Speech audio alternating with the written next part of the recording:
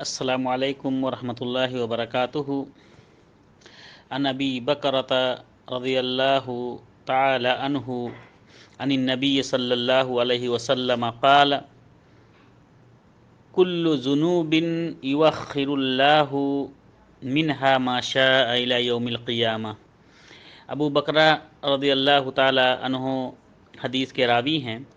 کہتے ہیں کہ نبی کریم صلی اللہ علیہ وسلم نے ارشاد فرمایا، کل ذنوب، ہر گناہ، جتنے بھی دنیا میں گناہ ہیں، اللہ رب العالمین ان تمام گناہوں کے سزا کو، ان گناہوں کی جو سزائیں ہیں، اللہ رب العالمین اس کو مؤخر کرتا ہے جتنا وہ چاہے قیامت کے دن تک.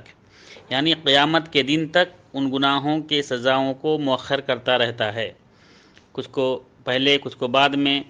لیکن الا البغی و عقوق الوالدین، لیکن ظلم اور والدین کی نافرمانی یا رشتہ داری کو کاٹنا، رشتہ داری کو ختم کرنا، یہ ایسے گناہ ہیں کہ یوجل لصاحبها فی الدنیا قبل الموت، کہ اللہ رب العالمین موت سے پہلے دنیا ہی میں اس کو دے دیتا ہے. اس کی رزلٹ، اس کے نتائج کو اللہ رب العالمین دنیا ہی میں دے دیتا ہے. کون سے گناہ؟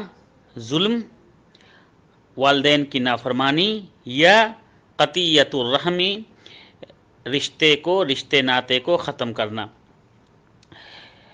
اخرج البخاری فی الادب المفرد، امام بخاری رحمہ اللہ نے اس کو اپنی مشہور کتاب الادب المفرد کے اندر ذکر کیا ہے. وصححہ الالبانی، اور علامہ البانی رحمہ اللہ نے اس کو صحیح قرار دیا ہے. السلام علیکم ورحمۃ اللہ وبرکاتہ.